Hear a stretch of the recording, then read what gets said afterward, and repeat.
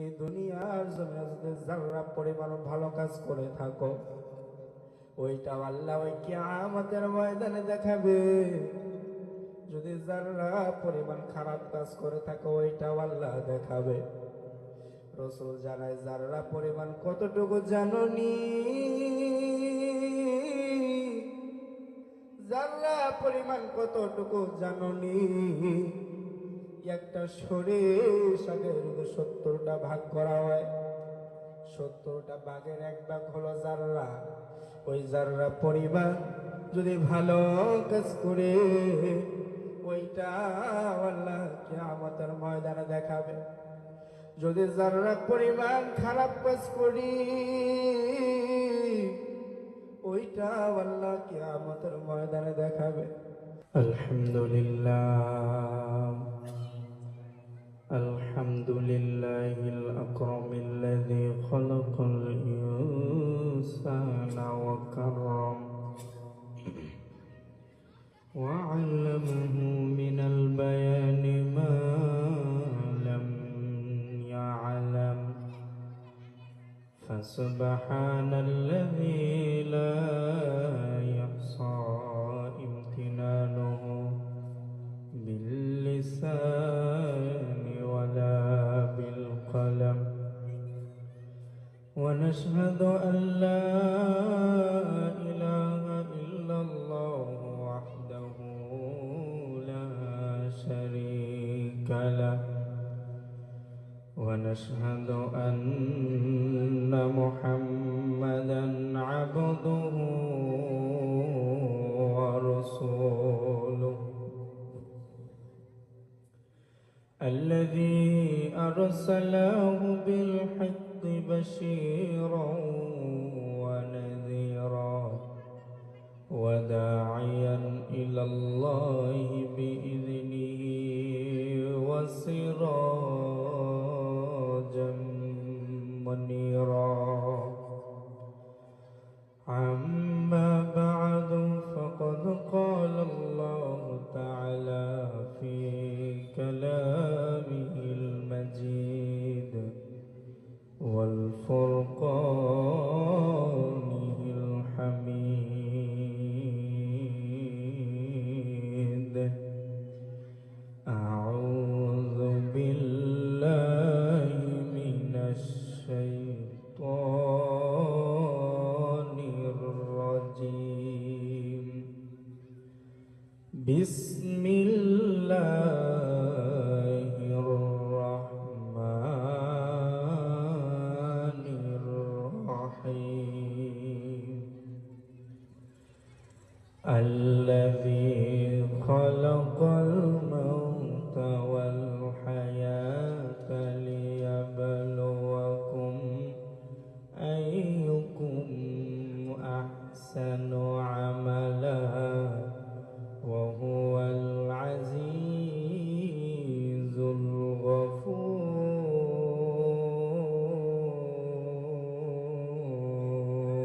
الغفور. وقال تعالى: أينما تكونوا يدرككم الموت ولو كنتم في بروج مشيدة. إن الله وملائكته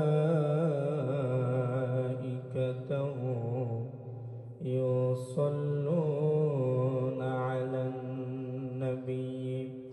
يا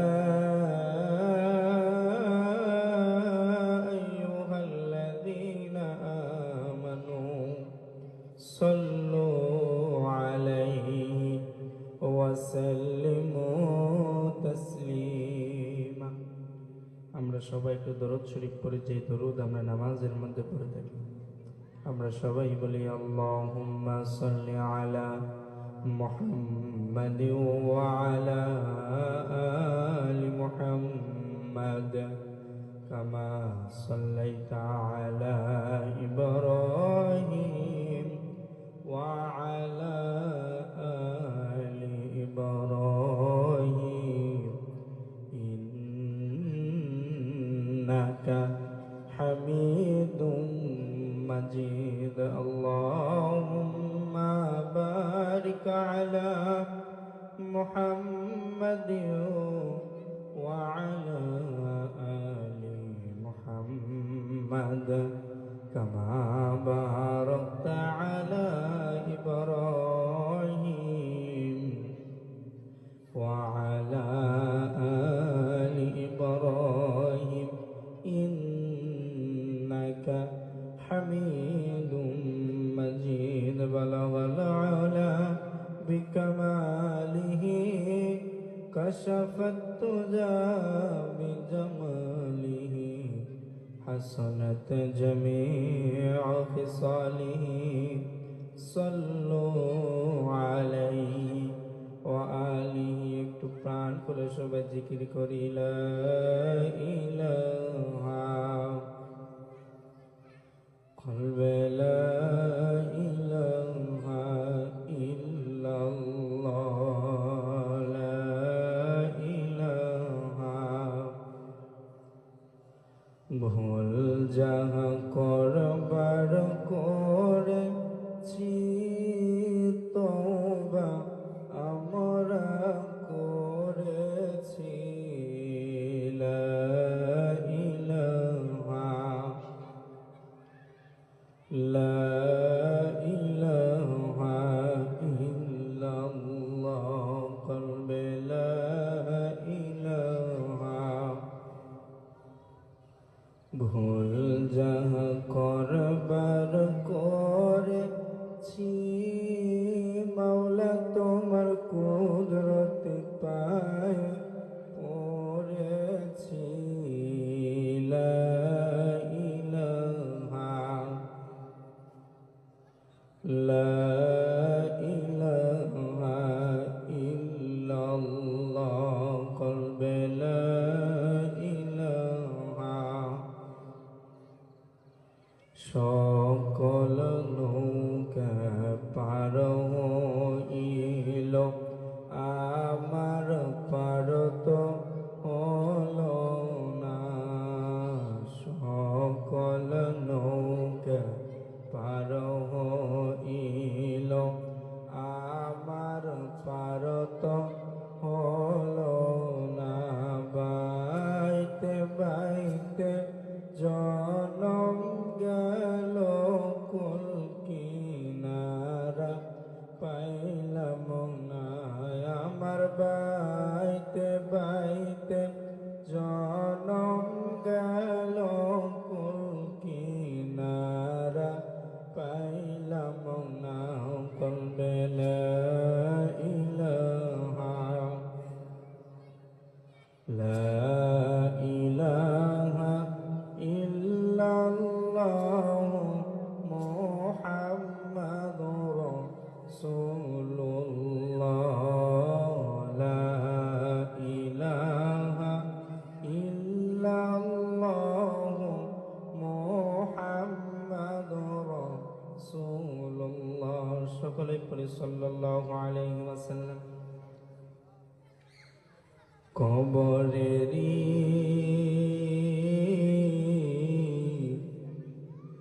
আযাব যদি মানুষ দেখিত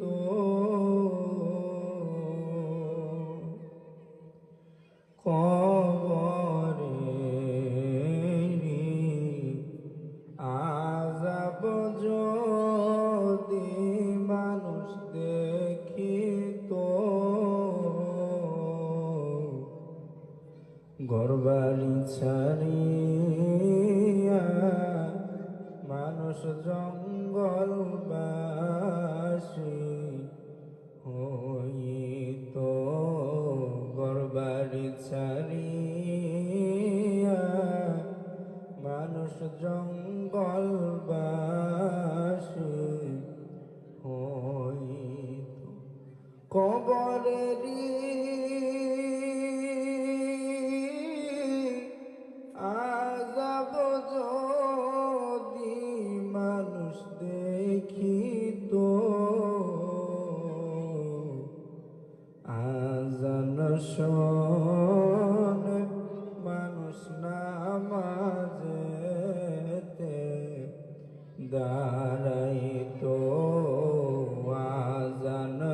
শোনে মানুষ নামাজেতে দাঁড়াইত হাতে শিকল পায়ে বেড়ি লাগাইয়া হাতে শিকল পায়ে বেড়ি লাগাইয়া দেব তোমায় বাইগো জাহান্নামে ফেলিয়া দিব মাগো জাহান্নামে ফেলিয়া কবরেরি আযাব যদি মানুষ দেখিত আজান শুনে সবাই নামাজেতে দাঁড়াইতো আজান শুনে মানুষ নামাজেতে দাঁড়াইতো। সবাই বলি আলহামদুলিল্লাহ। বাটাজোর মানিক দ্বারা গুস্ত ব্যবসায়ী জনাব বাবুল সাহেবের বাড়ি কর্তৃক আয়োজিত আজকের এই মাহফিলের সম্মানিত সভাপতি এবং উলামায়ে কেরাম, দিন প্রিয়, ইসলাম প্রিয়, দিনদার, ইমানদার, মুমিন, মুসলমান ভাইয়েরা, পর্দার অন্তরালে বসে আছেন যেই মায়েদের কলিজায় লাথি মেরে এই পৃথিবীর জমিনে আমরা এসেছি, সে আমার মা ও বোনেরা, সকলকে আমার পক্ষ থেকে পুনরায় আবার সালাম, আসসালামু আলাইকুম ওয়া রাহমাতুল্লাহি ওয়া বারাকাতুহু। আমি আশেপাশের মানুষদেরকে দৃষ্টি আকর্ষণ করে বলছি, ডান পাশে অনেকেই কথা বলতেছে। এইখানে মাহফিল চলতেছে, আপনারা কেন কথা বলতেছেন? কেউ একজন বন্ধ করেন এদের কথা। ডান পাশের মানুষগুলা কথা বলতেছে, প্রচুর পরিমাণে আওয়াজ আসতেছে এখানে।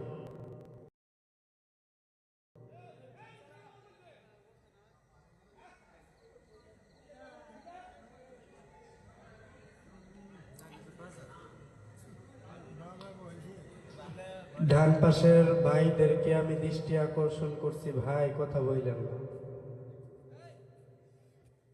এমনিতেই দেশে আল্লাহর গজবের শেষ নেই।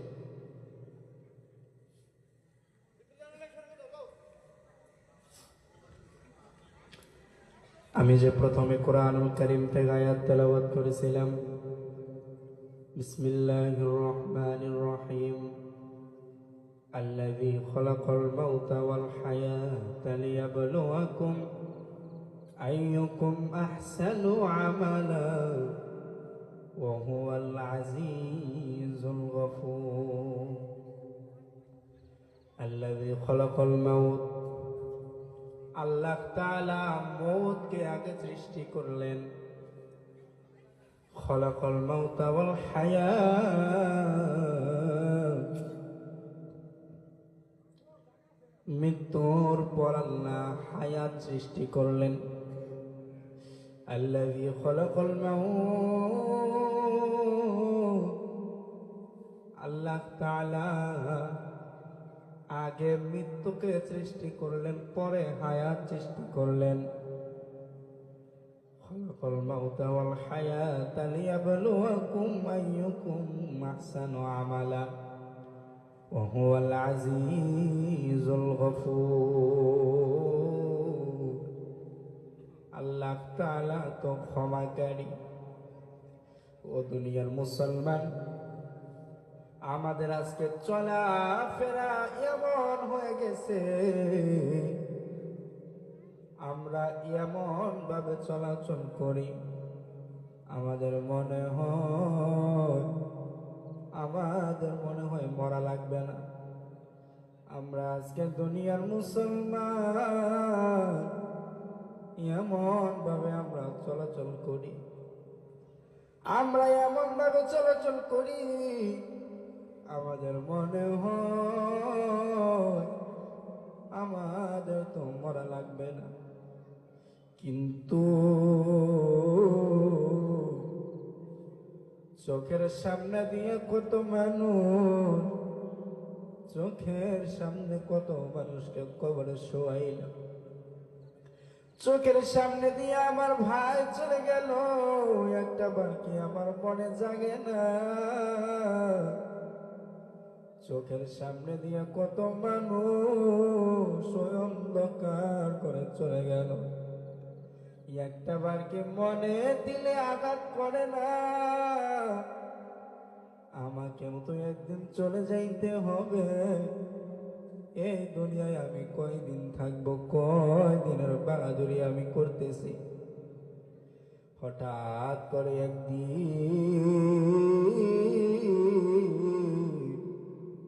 মালাকাল মাউত ঘরের দরজার সামনে চলে আসবে। মালাকাল মাউত ঘরে আসার জন্য তো অনুমতি নেবে না। মালাকাল মাউতের তো অনুমতি লাগে না। মালাকাল মাউত সরাসরি এসে বুকের থেকে রোহটা বের করে নিয়ে যাবে। যদি গুনাহগার হয়,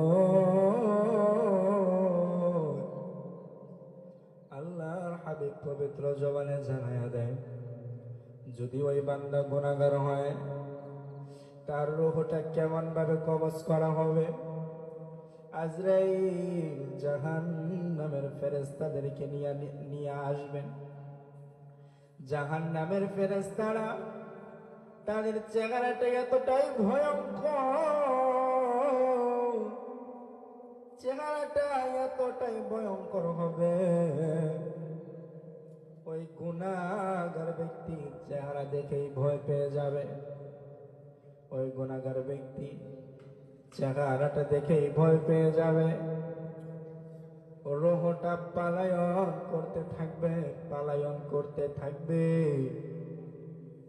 যখন আজরাইল হঠাৎ করে রূহটা ধরে যখন টান দিবে, শরীরের প্রত্যেকটা রগের জোড়া গোলা টাস টাস করে ছিঁড়ে যাবে। ওই গুনাহগার ব্যক্তিকে যখন গোসল করানো হয়, ওই গুনাহগার ব্যক্তিকে যখন গোসল করানো হয়, ওই গুনাহগার ব্যক্তি চিৎকার করে বলতে থাকে,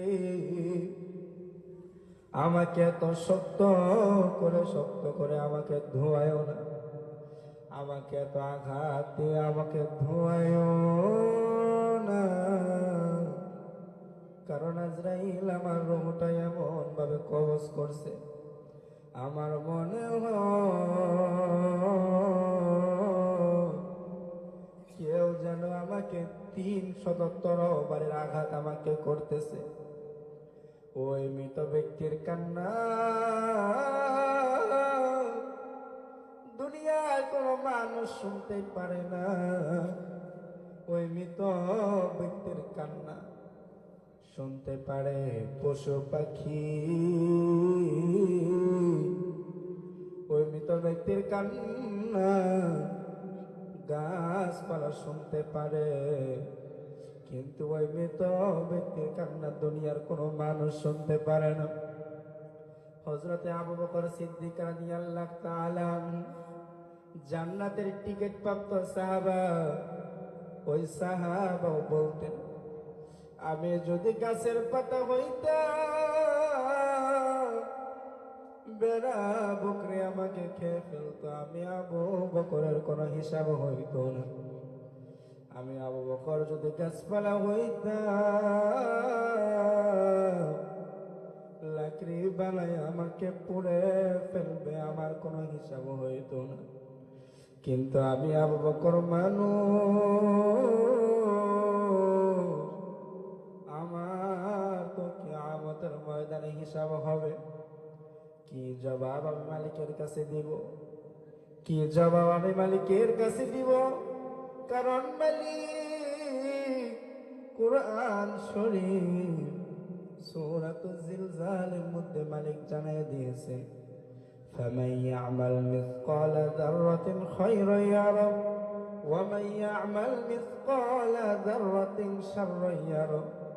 ও দুনিয়ার মুসলমান শোনো, এই দুনিয়ার জমিনে যদি যারা পরিমাণ ভালো কাজ করে থাকো, ওইটা আল্লাহ ওই কিয়ামতের ময়দানে দেখাবে। যদি যারা পরিমাণ খারাপ কাজ করে থাকো, ওইটাও আল্লাহ দেখাবে। রাসূল জানায়, যারা পরিমাণ কতটুকু জানোনি?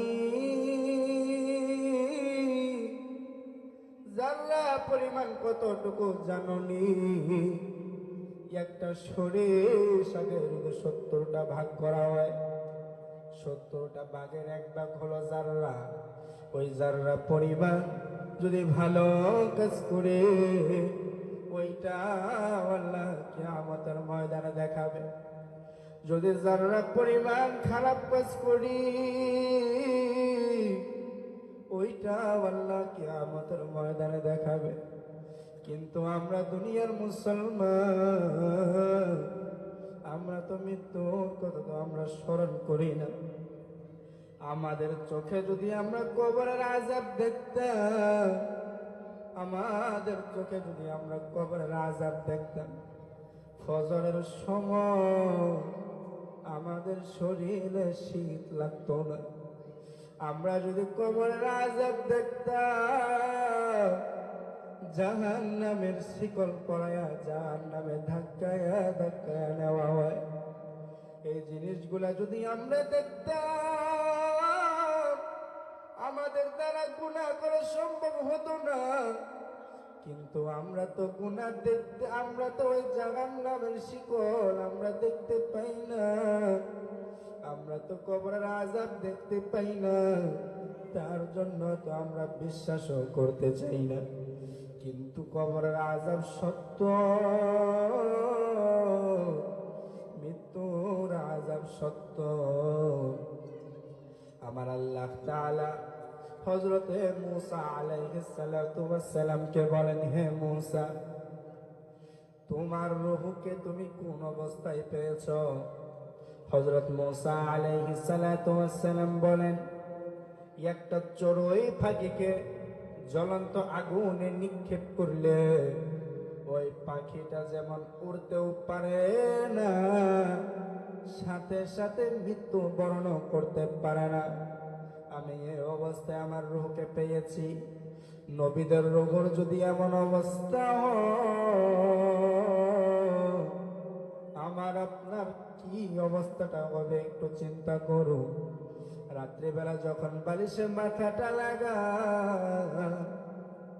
যখন ঘরের দরজা জানালা বন্ধ করে দেন, ঘরের বাতি যখন বন্ধ করে দেন, বাতিটা বন্ধ করে দিয়ে বালিশের উপর মাথাটা রেখে চিন্তা করবেন, একটা নবীর রূহ যদি এমন অবস্থায় পাওয়া যায়, আমার অবস্থাটা কি হতে পারে? একটা বার যদি মানুষ এই মুরাকাবাটা যদি করতে পারে, ওই মানুষ ফজরের আজান দিলে তাকে সর্বপ্রথম মসজিদে পাওয়া যাবে। যে কবরের আযাবের কথা বলতেছিলাম, মুসনাদে আহমদ হাদিস শরীফে এসেছে, একটা গুনাহগার ব্যক্তিকে যখন ওই জাহান্নামের ফেরেশতারা যখন ওই একটা লোহার একটা হাতুড়ি নিয়ে আসে, রাসূল আকরাম সাল্লাল্লাহু আলাইহি ওয়াসাল্লাম বলেন, কবরের মধ্যে লোহার একটা হাতুড়ি নিয়ে আল্লাহ তাআলা তাকে পাঠায়। ওই ব্যক্তি, ওই ফেরেশতা ওই গুনাহগার ব্যক্তির মাথায় আঘাত করতে থাকে, ওই গুনাহগার ব্যক্তির মাথায় আঘাত করতে থাকে। ওই গুনাহগার ব্যক্তি চিৎকার করতে থাকে, ওই গুনাহগার ব্যক্তি চিৎকার করতে থাকে, কিন্তু যেই ফেরেশতা তাকে ওই লোহার হাতুড়ি দিয়ে আঘাত করে, সেই ফেরেশতা হলো অন্ধ। ওই ফেরেশতা কানে শোনে না, চোখেও দেখে না। অতএব লোহার হাতুড়ি দিয়ে সে বাইরেইতে থাকবে, আঘাত করতে থাকবে। সামনে কাকে ধ্বংস করছে ওই ফেরেশতা তো দেখবে না, ওই মৃত ব্যক্তির কান্না তো সে শুনবে না। মুসনাদে আহমদ হাদিস শরীফে এসেছে, ওই কবরে, যে কবরে আযাব হয় পূর্ব সাইডে কিংবা পশ্চিম সাইডে, যদি কোনো পশু পাখি দাঁড়ানো অবস্থায় থাকে, ওই পশু পাখি গুলা কবরের আযাব শুনতে পায়। হযরতে হাসান বসরি রহমাতুল্লাহি আলাইহি 22 শতক কবর থেকে কাফন চুরি করে এমন একটা কাফন চোরকে তওবা করাইলেন। আর শেষে হাসান বসরি রহমাতুল্লাহি আলাইহি বললেন, আমাকে কিছু বর্ণনা দাও, তুমি যে 22 শতক কবর খনন করে তুমি মানুষের ওই মৃতদেহের থেকে কাপড় তুমি খুলে নিয়ে তুমি যে এতগুলা কাপড় তুমি আনলা, আমাকে কিছু কবরের বর্ণনা দাও। ওই কাফন চোর হাসান বসরি রহমাতুল্লাহি আলাইহিকে 3টা বর্ণনা দিলেন। 1 নাম্বার বর্ণনা হলো, ওই কাফন চোর একটা কবর খুঁড়লো। কবর খোঁড়ার পরে দেখতে পেল ওই কবরে ধাউ ধাউ করে আগুন জ্বলছে। ওই কাফন চোর কবরের আগুন দেখে তিনি দৌড় দিতে চাইলেন, কিন্তু কবর থেকে আওয়াজ এলো, তুমি কোথায় যাইতেছ? আমার এই অবস্থার জন্য, আমার এই অবস্থা কেমনে হলো একটু শুনে যাও। কাফন চোর জিজ্ঞাসা করে, তুমি কে? কাফন চোর জিজ্ঞাসা করে, তুমি কে? তখন কবর থেকে আওয়াজ দেয়, আমি অমুকের ছেলে অমুক, কিন্তু আজকে আমার এই অবস্থাটা কেন হলো একটু জেনে যাও। ওই জাহান্নামের আগুনে পুড়তে পুড়তে তার হাত থেকে, পা থেকে, শরীর থেকে পুঁজ বের হইতেছে, আবার ওই পুঁজ গুলা তাকে খাওয়ানো হইতেছে। কাফন চোর জিজ্ঞাসা করলো, তোমাকে কেন আযাব দেওয়া হইতেছে, আর শরীরের দুর্গন্ধযুক্ত পুঁজ তোমাকে কেন খাওয়ানো হইতেছে? কাফন চোর বলে, এত দুর্গন্ধ, ওই পুঁজগুলা এত দুর্গন্ধ, আমি ওইখানে দাঁড়াইয়া থাকতে পারলাম না। তখন কবর থেকে বলতেছে, আমি মদ পান করতাম, আর আমি একটা জিনাকারী ব্যক্তি ছিলাম। একটা জিনাকার ব্যক্তি আর মদখোর, তাকে খাওয়ানো হবে, তাকে জাহান্নামে পুড়তে পুড়তে তার শরীর থেকে যে পুঁজ পচা রক্তগুলা বের হবে, ওই পুঁজগুলা তাকে খাওয়ানো হবে। আর এক হাদিসে এসেছে, ওই যারা দুনিয়ার জমিনে উলঙ্গ নারী, এই দুনিয়ার জমিনে যারা উলঙ্গ নারী, মা বোনেরা একটু শুনো, এই দুনিয়ার জমিনে কাপড় থাকতে উলঙ্গ নারী আছে না? কাপড় থাকতেও নারী উলঙ্গ। ওই সমস্ত নারীদেরকে জাহান্নামে ফেলে দেওয়া হবে। ওই তাদের শরীর থেকে যে পুঁজগুলা বের হবে, তাদের শরীর থেকে যে রক্তগুলা, পচা রক্তগুলা বের হবে, যারা মদ পান করে, যারা দুনিয়ার জমিনে হারাম মদ পান করে, তাদেরকে আল্লাহ তাআলা ওই জাহান্নামে ওইগুলা খাওয়াবে।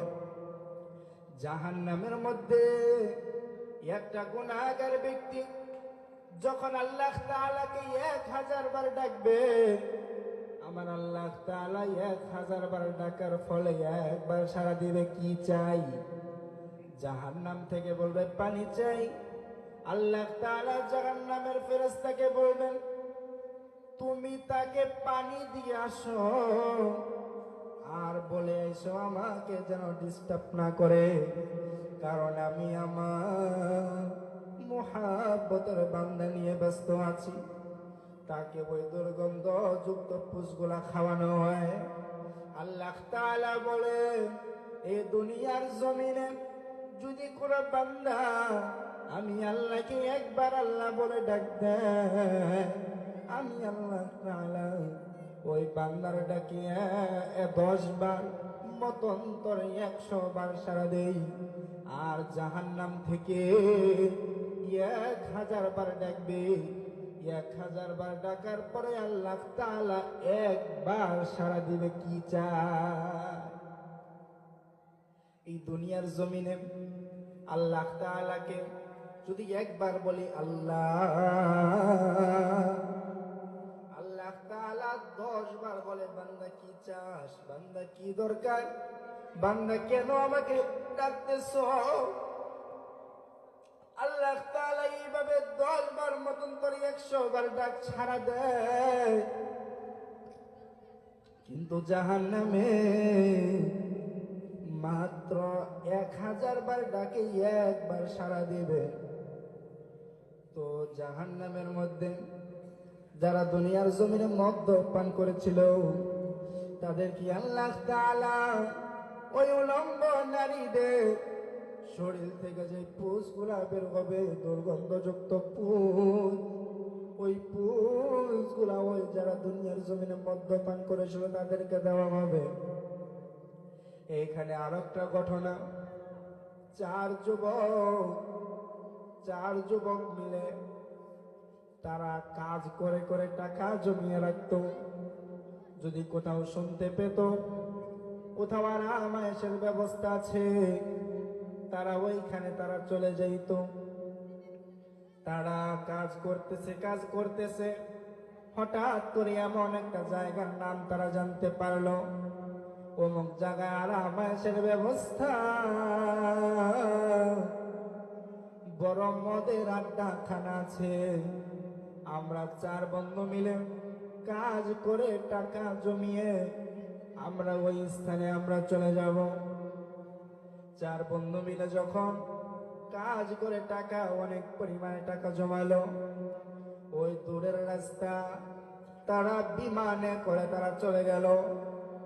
তারা 1 দিন 2 দিন, তারা 3 দিন এত পরিমাণ গুনাহ তারা করলো, তারা এত পরিমাণে জিনায় তারা লিপ্ত হলো।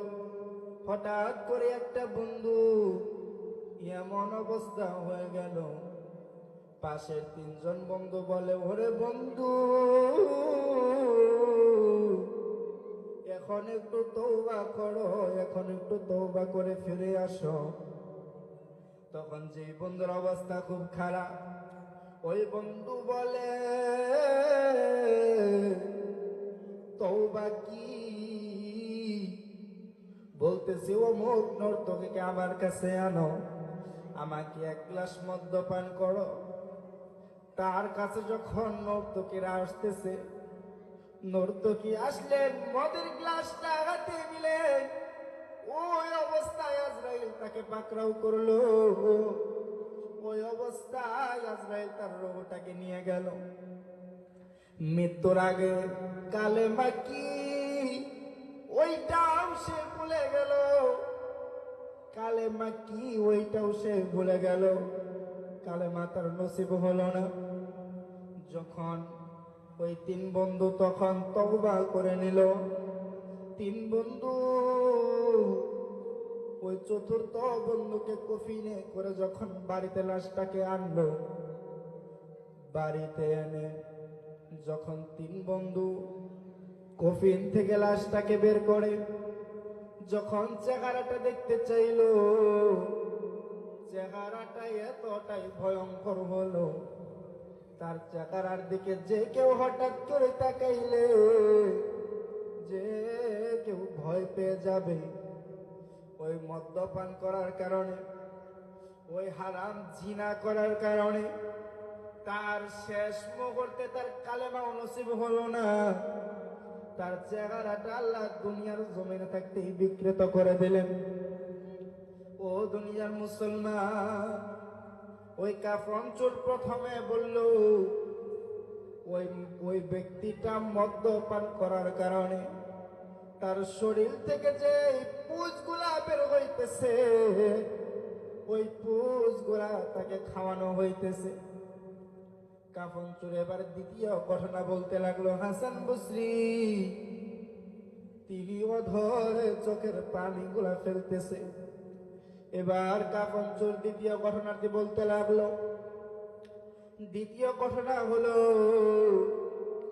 আমি যখন কবরটা খুঁড়তে রইলাম, আমি কবর খুঁড়ে হঠাৎ করে এমন একটা আওয়াজ আমার কর্ণনহরে আসলো। আমি আওয়াজ শুনে ভয় পেয়ে আমি দৌড়াইতে লাগলাম। আমাকে কে যেন আমাকে পিছন থেকে ডাকে, কই যাও? কে যেন আমাকে পিছন থেকে ডাকে, তুমি কই যাও, তুমি কই যাও? আমাকে কেন আযাব দেওয়া হচ্ছে? একটু শুনে যাও গো, একটু শুনে যাও। কাফন চোরটি মনের সমস্ত সাহস একত্র করে যখন ওইখানে দাঁড়াইলে, কবরের দিকে যখন আবার সমস্ত সাহস একত্র করে আবার যখন কবরের দিকে তাকাইলেন, তখন কবরওয়ালাকে জিজ্ঞাসা করলো, আজকে তোমার এমন অবস্থাটা কেমনে হলো? তখন দ্বিতীয় ব্যক্তিটি বলে,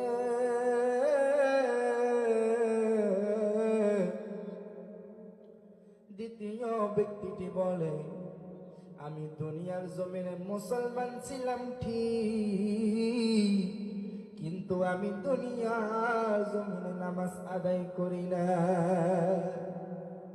ওই যে বলছিলাম কবরেরই আযাব যদি মানুষ দেখিত, আযান শুনে মানুষ নামাজেতে দাঁড়াইতো, আযান শুনে মানুষ নামাজেতে দাঁড়াইতো। মা সালাকাকুম ফি সাকর, আল্লাহ তাআলা ওই সমস্ত ব্যক্তিকে সাকর এবং জাহান্নামে দিবেন। আশেপাশে আওয়াজ কি বন্ধ হবে না?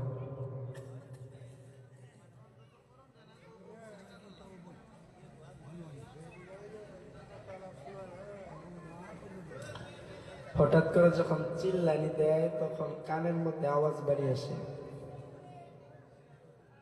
মনোযোগ নষ্ট হয়ে যায়।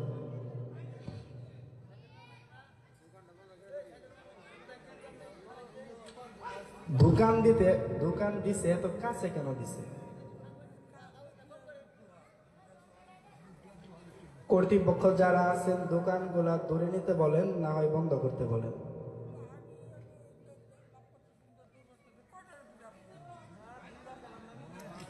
হয়তো দোকান বন্ধ করতে বলেন, না হয় দূরে যাইতে বলেন।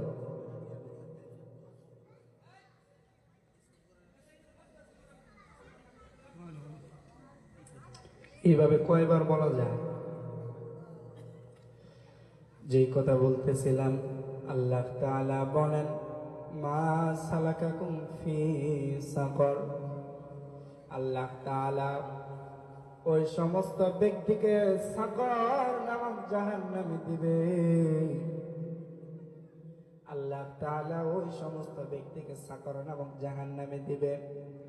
ক্বালু লাম নাকু মিনাল মুসাল্লিন, যারা দুনিয়ার জমিনে মানুষকে লোক দেখানো নামাজ আদায় করে, ভাইকে দেখানোর জন্য ভাই নামাজ আদায় করে, বোনকে দেখানোর জন্য ভাই নামাজ আদায় করে, শ্বশুরকে দেখানোর জন্য মেয়ের জামাই নামাজ আদায় করে, স্ত্রী নামাজ আদায় করে মানুষকে দেখানোর জন্য, নিজে নামাজ আদায় করে মানুষকে দেখানোর জন্য।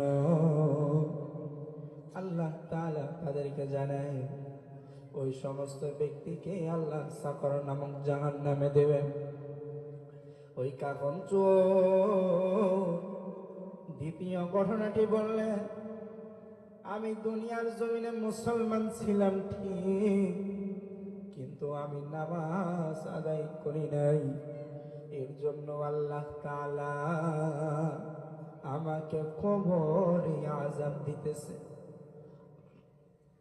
কাফন চোর তখন তৃতীয় ঘটনাটি হাসান বসরি রাহমাতুল্লাহি আলাইহি বললেন, তৃতীয় ঘটনা হলো, আমি যখন কবর খুঁড়লাম, কবর খোঁড়ার পর হঠাৎ করে আমার নাকে এমন একটা ঘ্রাণ চলে আসলো, আর ঘ্রাণটা এতটাই ভালো আমার কাছে লাগলো, ঘ্রাণটা এতটাই আমার কাছে ভালো লাগলো, আমি কবর আরো খুঁড়তে লইলাম। যখন আমি কবর এক পাশে ঘুরছি, আমি কবরের দিকে তাকাইয়া দেখি কবর একটা ফুল বাগিচা। তখন আমি ওই ফুল বাগিচাকে দেখে পাশে দেখলাম একটা সুদর্শন একটা যুবক দাঁড়ানো।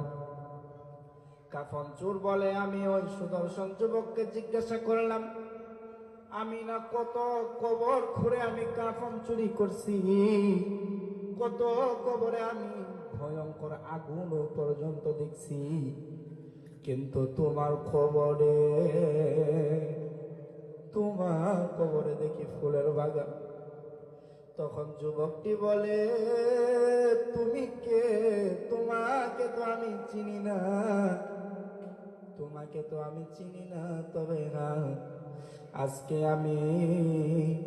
আজকে আমার কবরে এই ফুলের বাগান হওয়ার কারণ হলো, আমি এমন একটা মজলিসে আমি বসেছিলাম, ওই মজলিসে যখন আমি জাহান্নামের আগুনের কথা, জাহান্নামের ভয়ঙ্কর আযাবের কথা আমি শুনতেছিলাম, আমি কবরের ভয়ঙ্কর আযাবের কথা আমি শুনতেছিলাম, আমি মৃত্যুর যন্ত্রণার কথা যখন আমি শুনতেছিলাম, এইভাবে মৃত্যুর আযাবের কথা, কবরের ভয়ঙ্কর আযাবের কথা, জাহান্নামের আযাবের কথা, এইরকম যখন আমি শুনতেছিলাম,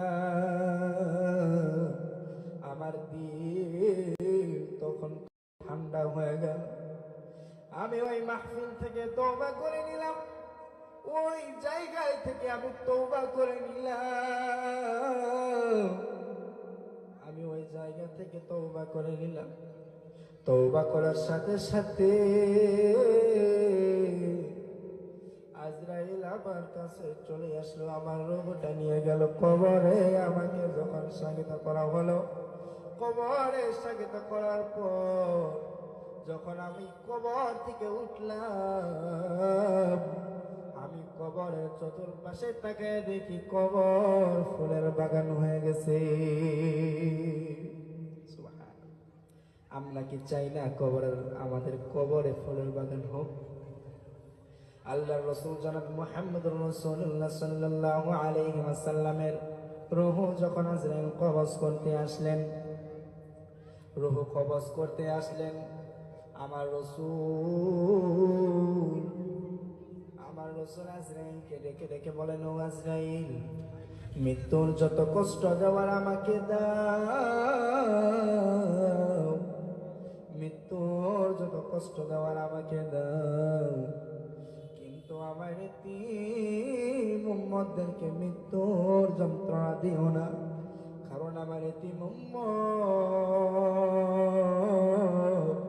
মৃত্যুর যন্ত্রণা সহ্য করতে পারবে না। ওই সময়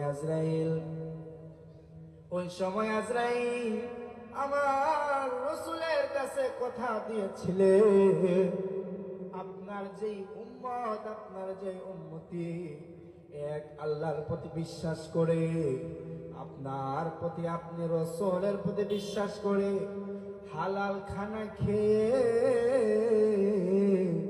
5 ওয়াক্ত নামাজ আদায় করে আত্মীয়তার সম্পর্ক বজায় রেখে যেই বান্দা বান্দির রূহটা শেষ হয়ে যাবে, হায়াত শেষ হয়ে যাবে, আমি আজরাইল আপনার সাথে কথা দিলাম, আমি জান্নাত থেকে খুশবু রুমাল নিয়ে, আমি জান্নাত থেকে খুশবু রুমাল নিয়ে তার নাকের কাছে আমি ধরবো। ছোট বাচ্চা যেমন মায়ের স্তনে দুধ পান করতে করতে ঘুমায়, আপনার নেককার বান্দা আপনার নেককার উম্মতদেরকে আমি ওইভাবে রূহ কবজ করে নিয়ে আসবো, যেইভাবে ছোট বাচ্চা মায়ের স্তনে দুধ পান করতে করতে ঘুমায়, আমি জান্নাত থেকে খুশবু রুমাল নিয়ে তার নাকের কাছে আমি ধরব, আর রূহটা পবিত্র, রূহটা বের হয়ে যাবে, তাকে কোনো মৃত্যুর যন্ত্রণা আমি আজরাইল দিব না। আমরা যদি মৃত্যুর যন্ত্রণা থেকে বাঁচতে চাই তাহলে আমাদের কি করতে হবে? আল্লাহর প্রতি বিশ্বাস করতে হবে, রাসূলের প্রতি বিশ্বাস করতে হবে, আমাদের সালাত 5 ওয়াক্ত নামাজ আদায় করে হালাল খানা খেয়ে আত্মীয়তার সম্পর্ক বজায় রাখতে হবে। আজকে আমরা দুনিয়ার মুসলমান, আমরা তো আত্মীয়তার সম্পর্কটাকে এতটাই তুচ্ছ করে ফেলছি, অল্প কিছু জমির জন্য আমরা ভাই ভাইয়ের সাথে দ্বন্দ্ব করি, বোনের সাথে আমাদের দ্বন্দ্ব হয়। ও দুনিয়ার মুসলমান, এই দুনিয়ার জমিনে কয়দিন বাঁচবা? এই দুনিয়ার জমিনে কয়দিন তোমরা বাঁচবা? আল্লাহ তাআলা তো যদি আত্মীয়তার সম্পর্ক তোমাদের বিচ্ছেদ হয়, আল্লাহ তাআলা তো তোমাদেরকে জান্নাত দিবে না। গত বৃহস্পতিবারেও সকালবেলা ভূমিকম্প হলো, প্রথম যে ভূমিকম্পটা হয়েছিল শুক্রবারে, ওই শুক্রবার দিন মোবাইলের মধ্যে একটা ভিডিও দেখলাম। ভিডিওটা হলো একটা দোকানে একটা বাবা গেল, একটা সন্তানও গেল। যখন ভূমিকম্প শুরু হয়ে গেল, ওই ভূমিকম্পে যখন দোকানটা লাড়াচাড়া করতেছে, ওই সময় হঠাৎ করে বাবা দৌড় দিয়ে দোকান থেকে বেরিয়ে গেলেন। বাবা যখন দোকান থেকে বেরিয়ে গেলেন, সন্তান ছোট, সন্তান তো বুঝে না কি হইতেছে, বাবার দৌড় দেখে সন্তান পিছন পিছন দৌড় দিলেন। এইটা দেখেই মনে হয় ইয়াউমা ইয়াফিরুল মারউ মিন আখি ওয়া উম্মিহি ওয়া আবি ওয়া সাহিবাতিহি ওয়া বানিহি। আল্লাহ তাআলা যে বলছিলেন ওই কিয়ামতের ময়দানে বাবা তার সন্তানকে পরিচয় দিবে না। এই দুনিয়ার জমিনে ছোট্ট একটা ভূমিকম্পে বাবা নিজের জান বাঁচানোর জন্য দৌড়াইলো, সন্তান কোথায় আছে দেখার সময় তার নেই।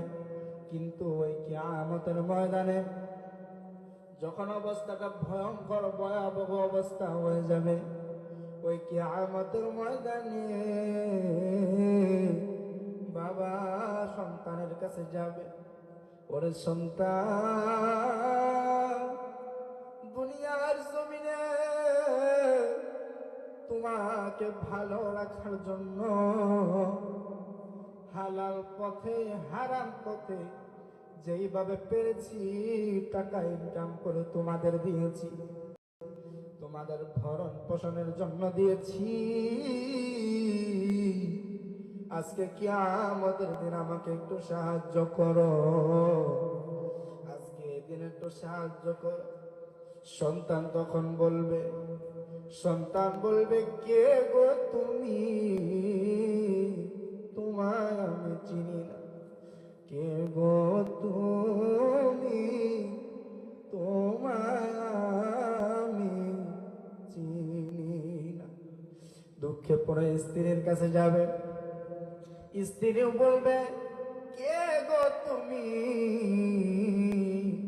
তোমায় আমি চিনি না।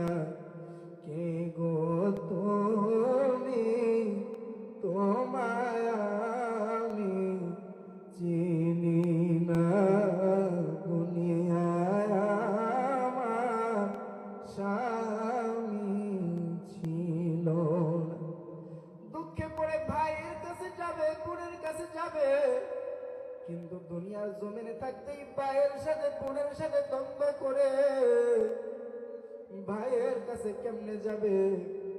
বায়ু তখন বলতে থাকবে, কে গো তুমি? তোমায় আমি চিনি না। কার জন্য এত কিছু করতেছ?